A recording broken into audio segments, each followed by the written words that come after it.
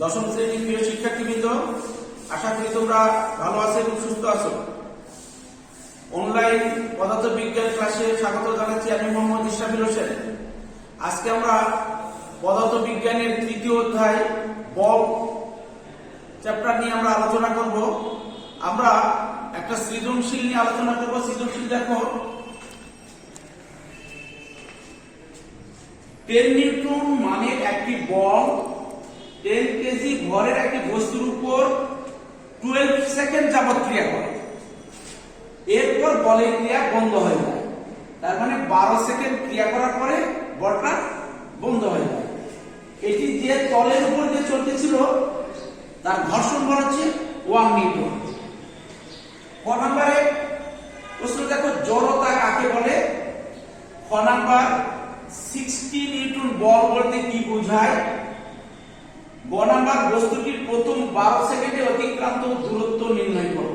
এই বস্তুটা যে 12 সেকেন্ড যে যাবত বল ক্রিয়া করতেছিল, ওই 12 সেকেন্ডে কত দূরত্ব অতিক্রম করবে। ঘ নাম্বার বস্তুটি 60 মিটারের অধিক দূরত্ব অতিক্রম করতে পারবে কিনা। এরপরে যখন ক্রিয়া বন্ধ হয়ে যাবে তারপরে তো বস্তুটা চলতে থাকবে, চলতে চলতে এটা 60 মিটারের বেশি যেতে পারবে কিনা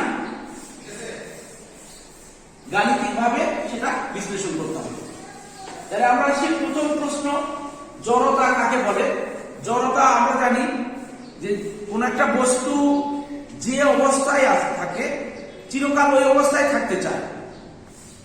অর্থাৎ একটা বস্তু যদি স্থির থাকে তাহলে স্থির থাকতে চায়, আর একটা গতিশীল বস্তু গতিতেই থাকতে চায়। এই যে স্থির বস্তু স্থির থাকতে চাওয়া বা গতিশীল বস্তু গতিতে থাকতে চাওয়ার যে প্রবণতা বা যে ধর্ম, সেটাকে বলা হয় জড়তা। দেখো আমরা এখানে লিখেছি একই কথা, বস্তু যে অবস্থায় আছে চিরকাল সেই অবস্থা বজায় রাখতে চাওয়ার যে প্রবণতা বা ধর্ম তাকে জড়তা বলে। তার মানে জড়তা এখানে তাহলে দুই ধরনের জড়তা আমরা পাচ্ছি, একটা হচ্ছে গতি জড়তা আর একটা স্থিতি জড়তা। তো এখানে 1 নাম্বার প্রশ্নের উত্তরের জন্য এইটুকু লিখবো, কিন্তু আমরা যদি বিস্তারিত লিখতে হয় তাহলে আমরা গতি জড়তা দুই ধরনের, স্থিতি জড়তা, গতি জড়তা, এবং এই গতি জড়তা স্থিতি জড়তা কি সেটা আমরা ব্যাখ্যা করতে পারবো। এরপরে দেখো খ নাম্বার, 60 নিউটন বল বলতে কি বোঝায়? বল কি এটা আগে আমাদের জানতে হবে। বল হচ্ছে একটা বাহ্যিক কারণ যা কোন বস্তুর উপর মানে কোন বস্তুকে তার অবস্থার পরিবর্তন করে অথবা করতে চায়। যেমন ধরে নাও একটা বস্তু, আমি এখান থেকে বল যদি প্রয়োগ না করি তাহলে কোন বস্তু, যেমন এটা যদি বল প্রয়োগ করা হয়, অথবা আমরা যে কোনো একটা বস্তুকে যদি বল প্রয়োগ না করি তাহলে ওখানেই থাকবে। আর তার মানে বল জিনিসটা কি হচ্ছে, যা বস্তুর অবস্থার পরিবর্তন করে অথবা করতে চায়। যেমন দেখো, আমি যদি এটা চেষ্টা করি, দেখো আমি এই বলটা সরানোর চেষ্টা করতেছি, এই চেষ্টা করার জন্য যা করতেছি এটাই হচ্ছে বল।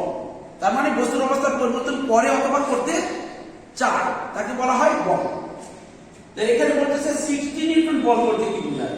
তার মানে 60 নিউটন বল বলতে বোঝায় 60 কেজি ভরের কোন বস্তুর উপর যে বল প্রয়োগ করলে বস্তুটির ত্বরণ 1 মিটার পার সেকেন্ড স্কয়ার সৃষ্টি হয়। অথবা এটাকে আমরা অন্যভাবে বলতে পারি যে 60 নিউটন বল বলতে বোঝায় এখানে আমরা 1 কেজি নেব, 1 কেজি ভরের কোন বস্তুর উপর যে বল ক্রিয়া করলে এখানে 60 মিটার পার সেকেন্ড স্কয়ার ত্বরণ সৃষ্টি করতে পারে, তাকে বলা হয় 60 নিউটন বল। তার মানে আমরা এটা দুই ভাবে বলতে পারি। এখানে যদি আমরা 1 একক নিই, মানে 1 কেজি নিই, তাইলে আমরা এখানে নিব 60 মিটার পার সেকেন্ড স্কয়ার তার ত্বরণ সৃষ্টি হবে। অথবা 60 কেজি ভরের উপর যদি আমরা যে বল প্রয়োগ করলে বস্তুটা ত্বরণ সৃষ্টি হবে 1 মিটার পার সেকেন্ড স্কয়ার, সেটা হচ্ছে 60 নিউটন বল। তাহলে প্রিয় শিক্ষার্থীবৃন্দ, এখন তোমাদের কাছে এটা একদম পরিষ্কার যে 60 নিউটন, 50 নিউটন, 10 নিউটন, এখানে দেখো হচ্ছে 10 নিউটন বল প্রয়োগ করতেছে। এই যে 10 নিউটন বল প্রয়োগ করলে এখানে এই বস্তুর উপর অবশ্যই ত্বরণ সৃষ্টি করবে। তাহলে আমরা 60 নিউটন হোক, 10 নিউটন, 50 নিউটন, যেটাই বলুন না কেন আমরা অতি সহজে আমরা এটা ব্যাখ্যা করতে পারবো। এবার দেখো আমাদের গ নাম্বারটা দেখো, বস্তুটি প্রথম 12 সেকেন্ডে অতিক্রান্ত দূরত্ব নির্ণয় করতে হবে। 12 সেকেন্ডে কত দূরত্ব অতিক্রম করবে? তাহলে আমরা এখানে কি কি আছে, যেমন ধরুন বল F দেওয়া আছে 10 নিউটন, বস্তুর ভর দেওয়া আছে 10 কেজি, আর ক্রিয়া করতেছে কত 12 সেকেন্ড। তাহলে দেখো প্রযুক্ত বল F সমান 10 নিউটন, ঘর্ষণ বল এখানে দেওয়া আছে, দেখো ঘর্ষণ বল হচ্ছে 1 নিউটন আর বস্তুর ভর হচ্ছে 10 কেজি। এখান থেকে আগে আমাদের বস্তুটার ত্বরণ কত সেটা নির্ণয় করতে হবে। এখানে আমরা যেমন দেখলাম বল প্রয়োগ করলে ত্বরণ সৃষ্টি হয়, তাহলে আমাদের এখানে একটা ত্বরণ সৃষ্টি হয়, সেই ত্বরণটা আমাদের বের করে নিতে হবে। আমরা জানি F সমান m, এখানে আমি লিখেছি সামেশন অফ F, তার মানে মোট বল। এখানে আমরা যে বল প্রয়োগ করব, কিছু বল ঘর্ষণ জনিত কারণে অপচয় হয়ে যাবে, এই জন্য এটা মোট বল equal to F minus L। এইটা F হচ্ছে প্রযুক্ত বল, আর স্মল f দিয়ে আমরা এখানে ঘর্ষণ বলটাকে বুঝিয়েছি। তার মানে বল আমরা যত প্রয়োগ করব তার থেকে ঘর্ষণ বলটা কিছুটা অপচয় হবে, তার মানে F minus L equal to m। এখান থেকে আমরা a এর মান বের করব, a equal to F minus F by m। আমরা F এর মান জানি, এখানে দেওয়া আছে কত 10 নিউটন, ঘর্ষণ বল 1 নিউটন আর বস্তুর ভর আছে 10 কেজি। তাহলে আমরা যদি মানটা বসিয়ে দিই তাহলে a এর মান পেয়ে যায় 0.9 মিটার পার সেকেন্ড স্কয়ার। তার মানে আমরা ত্বরণ পেয়ে গেলাম। এবার আমাদের কত দূরত্ব অতিক্রম করতে হবে সেটা বের করতে হবে। তাহলে দূরত্বের সূত্র আমরা জানি S সমান ut plus half a t square. যদি ত্বরণ এখানে যেহেতু ত্বরণ সৃষ্টি হয়, ত্বরণের ক্ষেত্রে আমাদের দূরত্ব নির্ণয়ের সূত্র হচ্ছে S সমান ut plus half a t square. এখানে আমাদের বস্তুটা, একটা বস্তুর উপর যখন বল প্রয়োগ করা হয় তার আগে আদিবেগ ছিল 0 মিটার পার সেকেন্ড স্কয়ার, আর ক্রিয়া করেছে কত সেকেন্ড 12 সেকেন্ড, আর অতিক্রান্ত দূরত্ব কত হবে সেটা আমাদের বের করতে হবে। তাহলে আমরা এখানে u 0 আর t হচ্ছে 12, এর মান হচ্ছে 0.9, t এর মান হচ্ছে 12, t স্কয়ার হলো, তার মানে 12 স্কয়ার। আমরা এটা যদি ক্যালকুলেশন করি তাহলে এখানে দূরত্ব পাওয়া যায় 64.8 মিটার। তাহলে আমাদের অতিক্রান্ত দূরত্ব 12 সেকেন্ড যাবত যে ক্রিয়া করে 12 সেকেন্ডে বস্তুটা যে দূরত্ব অতিক্রম করে সেটা হচ্ছে 64 মিটার, 64.8 মিটার।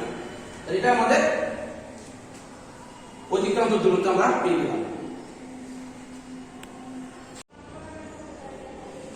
প্রিয় শিক্ষার্থীবৃন্দ, আমরা এখন ঘ নাম্বার সমস্যার সমাধান করব। ঘ নাম্বারে বলা হয়েছে বস্তুটি 60 মিটারের অধিক দূরত্ব অতিক্রম করতে পারবে কিনা গাণিতিকভাবে বিশ্লেষণ করতে হবে। তো আমরা গতে বের করেছি 12 সেকেন্ড যখন বল ক্রিয়া করতেছিল তখন বস্তুটা 64.8 মিটার অতিক্রম করেছে।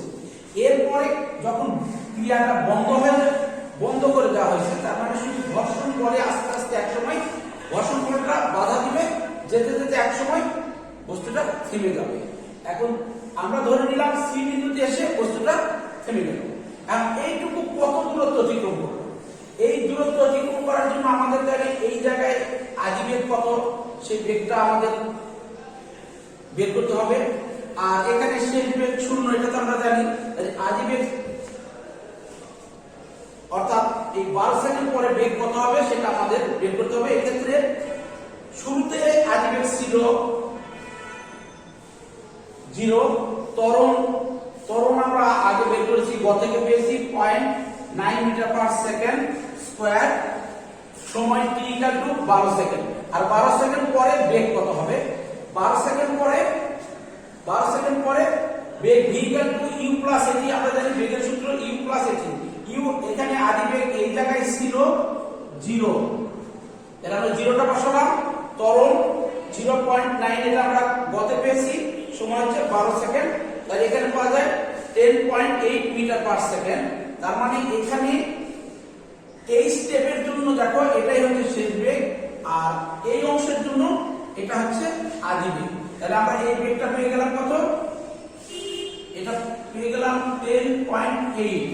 একটু খেয়াল করো, আমরা এখানে এই অংশে যখন এটা শেষ বেগ বের করেছি, এই অংশের জন্য এটাই আবার আদিবেগ, এই জন্য আমরা আদিবেগ লিখছি। আদিবেগ equal to 10.8 metre per second.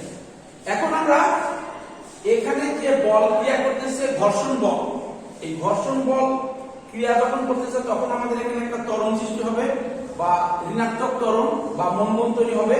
এই মন্দনে চলতে চলতে এক সময় এসে এখানে থেমে যাবে। তাহলে এটার দূরত্ব কত হবে? আগে আমরা এখান থেকে ত্বরণ বের করব।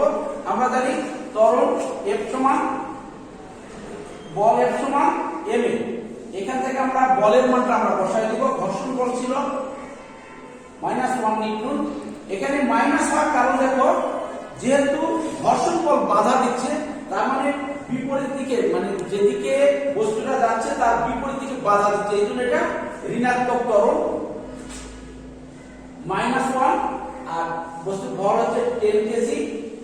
এ এখানে a -1/10 -0.1 metre per second square. তার মানে এখানে যে ঘর্ষণ বলের কারণে যে ত্বরণ সৃষ্টি হচ্ছে সেই ত্বরণটা হচ্ছে -0.1 মিটার পার সেকেন্ড স্কয়ার। এরপরে আমাদের দূরত্ব বের করতে হবে। দেখো এই দূরত্ব যখন বের হবে তখন কত সময় ধরে চলবে এটা কিন্তু আমরা জানি না। যদি সময় জানা না থাকে তাহলে আমাদের একটা সূত্র জানা আছে, v² = u² + twice x। এখানে আমরা শেষ বেগ 0 আর আদি বেগ আমরা বের করে নিয়েছি 10.8। এখানে ত্বরণ আমরা পেয়ে গেলাম, ত্বরণ বসায় দিব, তাইলে আমরা এই দূরত্বটা পেয়ে যাব। তাহলে এখানে সাইড নোটে লিখে দিবে আদি বেগ, শেষ বেগ, ত্বরণ আর দূরত্ব পার্ট। আচ্ছা, তাহলে v² = u² + twice s। এখানে যদি আমরা মান বসিয়ে দেই তাহলে আমরা s পাই কত? 583.2 মিটার। আমরা এই সূত্র থেকে দূরত্ব পেয়ে গেলাম 583.2। তার মানে এখানে এই দূরত্বটা হচ্ছে 583.2 এত মিটার। এখন আমাদের দেখতে হবে এই দূরত্ব আর এই দূরত্ব মিলে 600 মিটারের বেশি না কম আসে। তাহলে আমরা বস্তুটির অতিক্রান্ত মোট দূরত্ব আগে ছিল 64.8 প্লাস এখানে 583.2, তাহলে যোগ করলে হচ্ছে 648 মিটার। তার মানে 600 মিটারের অবশ্যই বেশি, ইজ গ্রেটার দেন 600 মিটার। সুতরাং আমরা বলতে পারি বস্তুটি 600 মিটারের অধিক দূরত্ব অতিক্রম করতে পারবে। প্রিয় শিক্ষার্থীবৃন্দ, দেখো এখানে যদি আমাদের এটার দূরত্ব আমাদের যেটা বের হবে, বের হওয়ার পরে যদি এটা 600 মিটারের কম হতো, 600 মিটারের যদি কম হতো তাহলে আমরা লিখতাম ইজ লেস দেন 600 মিটার, অর্থাৎ বস্তুটি 600 মিটারের অধিক দূরত্ব অতিক্রম করতে পারবে না। যেহেতু আমাদের 600 মিটারের বেশি পেয়েছি আমরা, সেহেতু আমরা এখানে লিখে দিলাম অধিক দূরত্ব অতিক্রম করতে পারবে। তো প্রিয় শিক্ষার্থীবৃন্দ, তোমাদের এই ধরনের যে সমস্যাগুলো তোমাদের বইয়ে আছে, উদাহরণে আরো আছে, এগুলো দেখে নিবে। তাহলে আশা করি আমরা যে সমাধানটা করেছি এটা যদি অনুশীলন করো তাহলে যে কোনো এই ধরনের সমস্যাটা তোমরা সমাধান করতে পারবে। আজকের ক্লাস এই পর্যন্ত। আগামী দিনে আবার এর অন্য একটা অংশ নিয়ে আমরা আলোচনা করব। তোমরা ভালো থাকো এবং সুস্থ থাকো। ধন্যবাদ।